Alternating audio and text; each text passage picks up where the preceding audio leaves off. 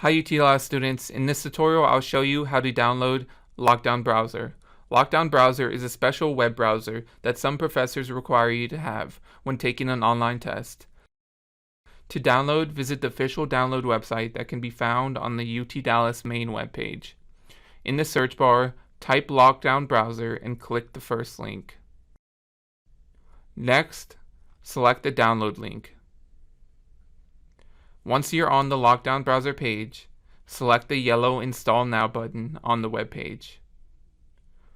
Run the exe file once it's downloaded and follow the installation instructions. Make sure you install the program to your desktop or somewhere easily accessible.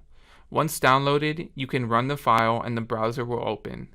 Please note that you cannot download LockDown Browser on campus lab computers. Now the next step is taking the test on your LockDown browser, and I will cover that in the next video. Thank you.